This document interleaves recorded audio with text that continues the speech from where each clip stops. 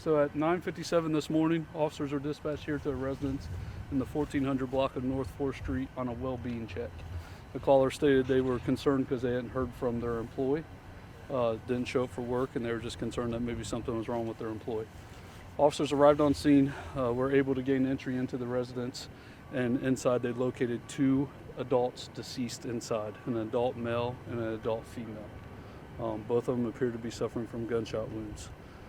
There was also two very young kids inside the residence who were unharmed. Those kids are here with our officers.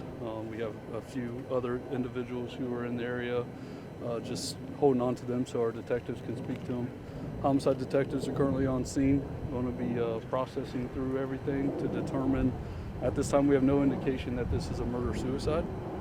So that's something that we're working through to determine if it's something like that or if it is truly a double homicide.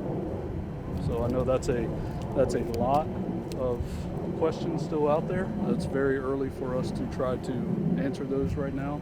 So we're waiting on a search warrant for the residents to determine if there's more evidence inside that will lead us one way or the other. So can you say that again? Be clear, you don't think this is a murder? At this time, we have no indication that this is a murder-suicide.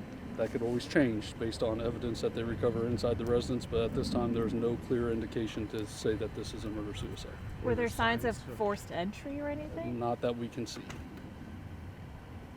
Did any of the neighbors hear anything that your detectives have been able to hear? Not that's been reported to me. That's going to be part of the detectives are going to be going door to door, canvassing the neighborhood, speaking to all the neighbors, speaking to the other individuals that we have here in cruisers, and trying to determine if something was heard, was it heard overnight. As you can see, we have crime cameras right here at the intersection, so our real-time crime center will be going through those camera footage and trying to place a time frame of when the individual inside was last heard from, and be watching the cameras and to see if there's something that shows up on there. And you said there were two kids inside. There were two young children inside when the officers arrived, yes. How young? Very young, under the age of 6. Under the age of 6. Do you know if they're related to? I do not have we can assume, but I don't have that for sure right now. Can you talk about the therapy dog was on scene right away? Yeah, so our officers do a great job, especially with kids that are involved in some traumatic incident, airing for our therapy dogs. We have a couple therapy dogs throughout the city. You guys all know them, see them at all of our community events. This is what they're for. All right, this is why there's funding for our therapy dogs. This is why we put them through the training, because when you have young children who potentially had a family member or two that are deceased inside the same residence as them, our dogs do a great job, the officers do a great job of comforting those kids and just giving them something different to think about for the time being. So it's for the mental health of the children that we're here.